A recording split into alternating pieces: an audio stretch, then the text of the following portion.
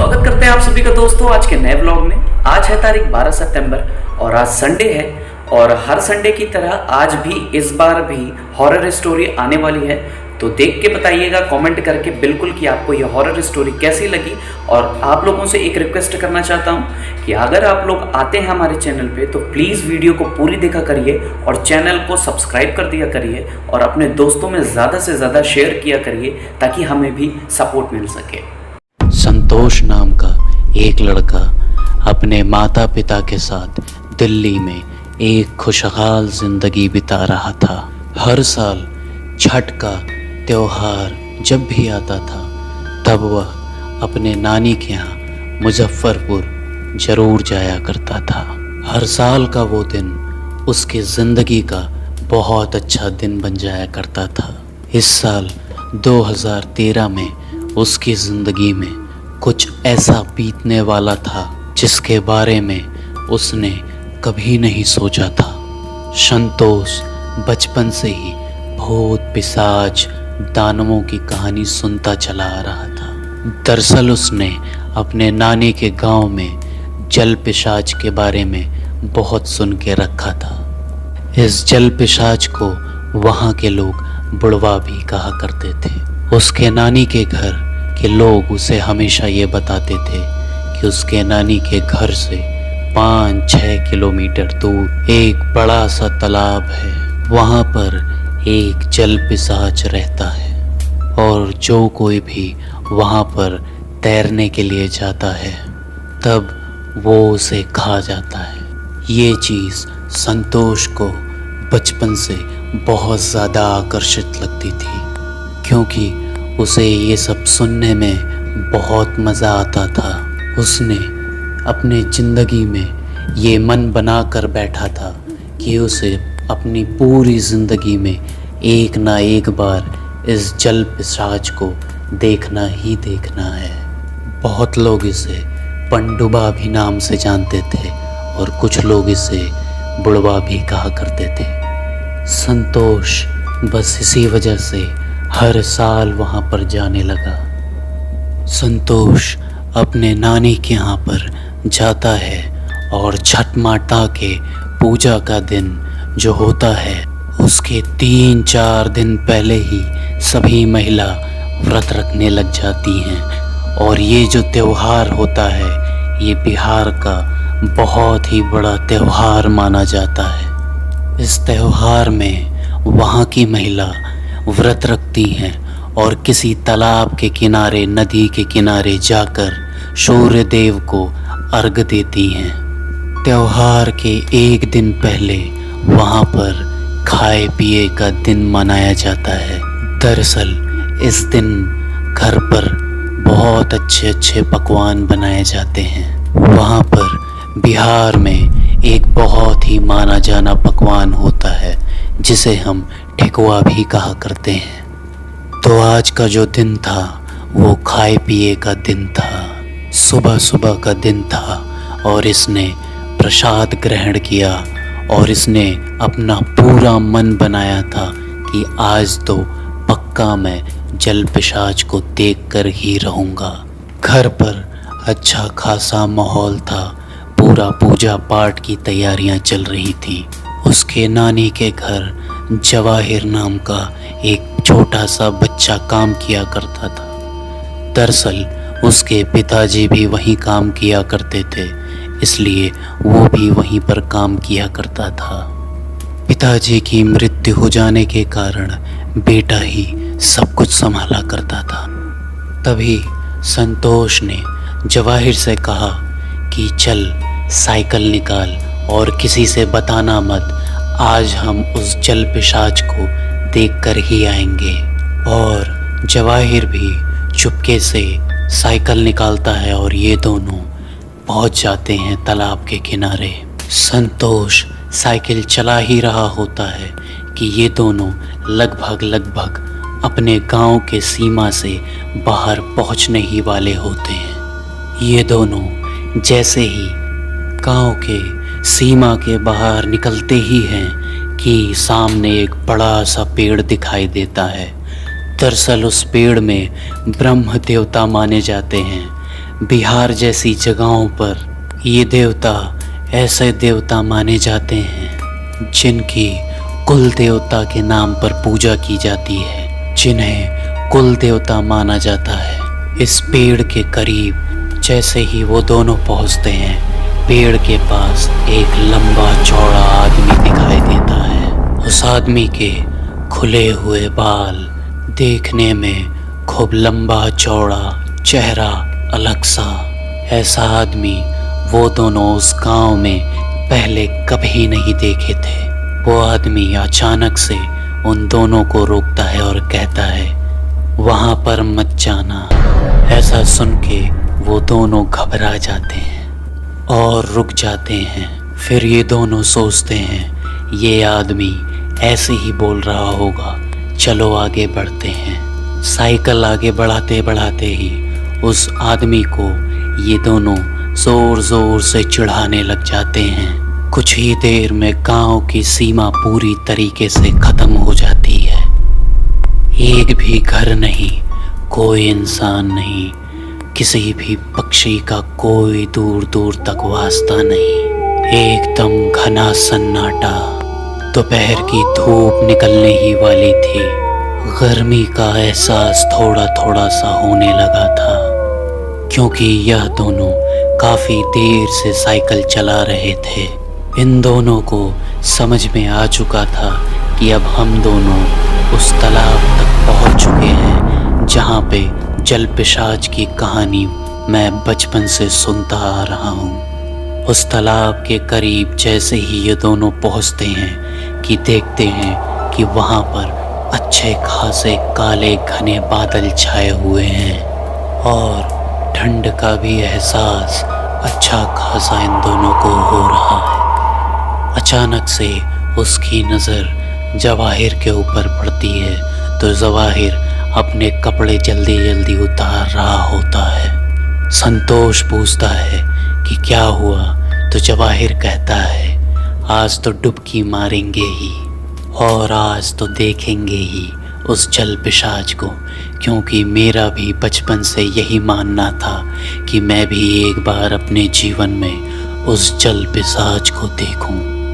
जवाहिर अपने कपड़े उतार के फटाक से उस तालाब के अंदर कूद जाता है। बाहर संतोष खड़ा खड़ा कुछ सोच ही रहा था कि अचानक से उसकी नज़र एक घड़ियाल पर पड़ती है जो कि शायद 3-4 दिन पहले मरा हुआ था और जिसको आधा किसी ने खाया हुआ था।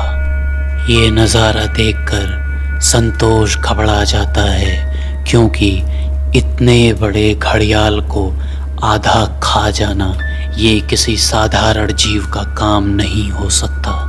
उससे भी पहले इसके मन में ये बात आती है कि एक तालाब में एक घड़ियाल कहाँ से आ गया। उसे लगा घड़ियाल बहुत बड़ा जीव होता है, वो ऐसे साधारण तालाबों में नहीं हुआ करता है। तब उसे कुछ गलत होने का एहसास होता है। उसे लगता है कि यहाँ पर कुछ तो गड़बड़ है। उसी वक्त वो संतोष जवाहिर को आवाज़ लगाता है कि जवाहिर बाहर निकल, और दूर दूर तक तालाब में जवाहिर दिखाई ही नहीं देता है। संतोष घबराकर इधर उधर देखने की कोशिश करता है कि अचानक पानी के अंदर से ही 6-7 लोग अचानक बाहर की ओर निकलते हैं। इन 6-7 लोगों में 5 लोग देखने में एकदम साधारण व्यक्ति की तरह ही थे, मगर छठवां व्यक्ति, जिसकी लंबाई 6, सवा 6, 6.5 फीट के करीब होगी और इसकी रंगत भूरे कलर की थी। उस व्यक्ति के बाल जटा की तरह सिर पे बंधे हुए थे। इन सभी की जो रफ्तार थी एक पानी के अंदर चलने की, वो किसी आम इंसान की तरह बिल्कुल भी नहीं थी। ऐसा लग रहा था कि ये सभी पानी के साथ बहुत ही ज़्यादा घुले मिले हैं। ये तेज़ी से संतोष की तरफ बढ़ रहे थे कि अचानक से संतोष की नज़र उस लंबे आदमी पे पड़ती है, उसके हाथ की ओर। उस लंबे आदमी के हाथ पर बाहर की लाश लटकी हुई थी कि सीने से खून टपक रहा था। संतोष के ध्यान से देखने पे उन्हें समझ में आया कि उन लोगों ने जवाहिर का सीना फाड़ दिया है। संतोष बहुत ज़्यादा घबरा जाता है। उसकी जुबान और पैर मानो ज़मीन पर जम से जाते हैं। संतोष बहुत भागने की कोशिश करता है मगर भाग नहीं पाता है। संतोष के हर तरफ काला अंधेरा छा जाता है। उस वक्त संतोष के मन में एक ही चीज़ का ध्यान आता है कि छठ माता। आंख बंद करके छठ माता को याद करता है और कहता है कि छठ माता, मेरी नानी, मेरी माँ आपकी इतनी पूजा पाठ करती हैं, तो क्या मेरी जान ऐसे ही चली जाएगी? और ऐसा कहकर अपनी आंख बंद करता ही है कि अचानक से संतोष को पीछे से पायल की आवाज़ आने लग जाती है। जब संतोष पीछे घूमकर देखता है तो ठीक वैसी ही एक खूबसूरत सी लाल साड़ी में महिला दिखाई देती है, जैसे उसकी नानी और माँ छठ पूजा के लिए तैयार होती हैं। वो महिला हाथ में पूजा की थाली लेकर आगे की ओर बढ़ी चली आ रही है और जैसे ही वो महिला संतोष के करीब आके खड़ी होती हैं तो उनकी थाली में ढेर सारा सिंदूर रखा हुआ होता है। वो महिला अपने मुट्ठी में सिंदूर उठाती हैं और उसी लंबे आदमी के ऊपर फेंकती हैं जिसके हाथ में जवाहिर की लाश लटक रही होती है। जैसे ही वो सिंदूर उस लंबे व्यक्ति के ऊपर पड़ता है, मानो वो बौखला सा जाता है, तड़पने लगता है, दिल मिलाने लगता है। बाकी जो 5 लोग थे वो घबरा के उल्टे पांव पानी के अंदर की ओर भागने लगते हैं। संतोष इतना ही देख पाता है कि मानो वो बेहोश होकर ज़मीन पर गिर जाता है। उसकी आंखें खुलती हैं सीधे अपने ही घर पर। शाम का वक्त हो चुका था। घर के सारे बड़े लोग, गांव के आस पड़ोस के लोग, एक डॉक्टर और एक बाबा उसी के करीब में बैठे हुए थे। जैसे ही संतोष आँख खोलता है तो उसके नाना कहते हैं कि दोपहर के टाइम में एक छोटी सी बच्ची, जिसे हमने अपने गांव में पहले कभी नहीं देखा था, वो भागते भागते हमारे घर पर आई और वो लड़की तेरे हाल के बारे में बताई कि तू उस तालाब के किनारे बेहोश पड़ा हुआ है। हम सभी बहुत ज़्यादा घबरा गए और भागते भागते तालाब के किनारे पहुँचे तो वहाँ पे पाया कि तू सचमुच वहाँ पर बेहोश गिरा हुआ था और वहाँ से तुझे उठाकर लेकर आए और तुझे अभी को जाकर होश आया है। तब जाकर संतोष ने पूरी कहानी वाकया एक एक करके सभी लोगों से बताया कि मेरे साथ ऐसा ऐसा हुआ था। उसके बाद से सभी लोग यह समझ गए कि वो कोई और नहीं, छठ माता खुद संतोष को बचाने के लिए आई हुई थी। अब क्या हुआ कि उस बच्चे की जान तो चली गई थी जो कि उसके घर पर काम किया करता था। उसकी माँ पहले ही विधवा थी तो गांव वालों ने उसकी माँ को उसकी नानी ने अपना लिया और उसे अपने ही घर पर रख लिया और उस विधवा की देखभाल करने लग गई।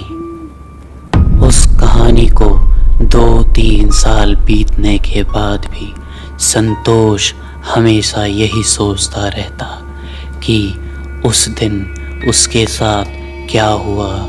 वो 6 लोग कौन थे वो बच्ची, क्या सच में छठ माता ही थी?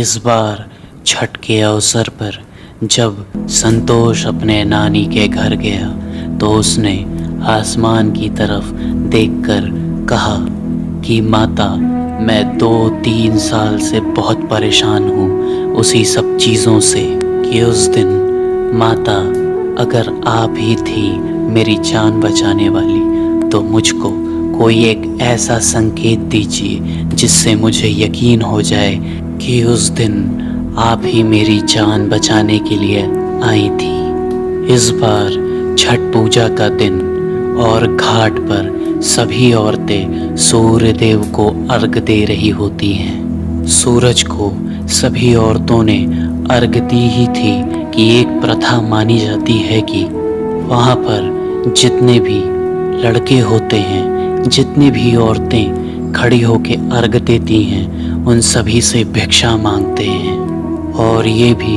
भिक्षा मांगने के लिए जाता है। सभी औरतों के पास भिक्षा मांगते मांगते ये एक औरत के पास पहुंचता है और अपना सिर उठाकर देखता है तो वो वही औरत थी जो 3 साल पहले उस तालाब के किनारे उस व्यक्ति की जान बचाने के लिए आई थी।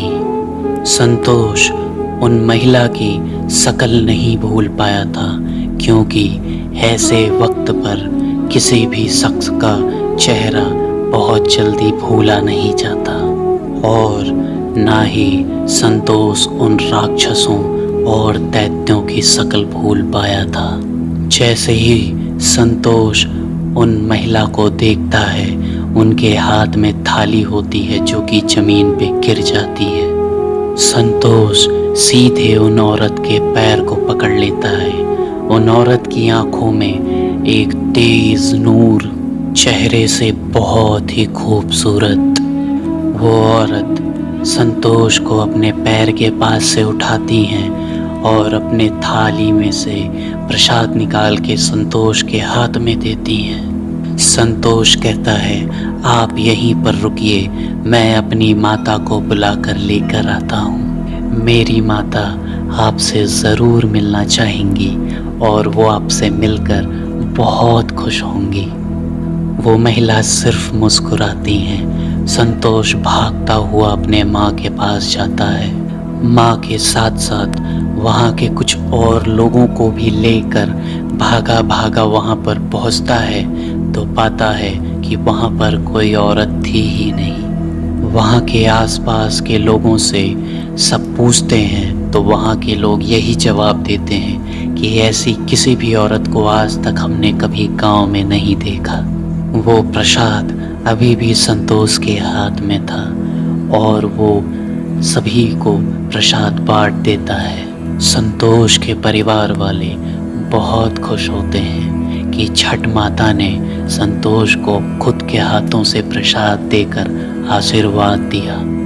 उस दिन के बाद से संतोष और उसके परिवार में एक अलग सी ताकत की महसूस की।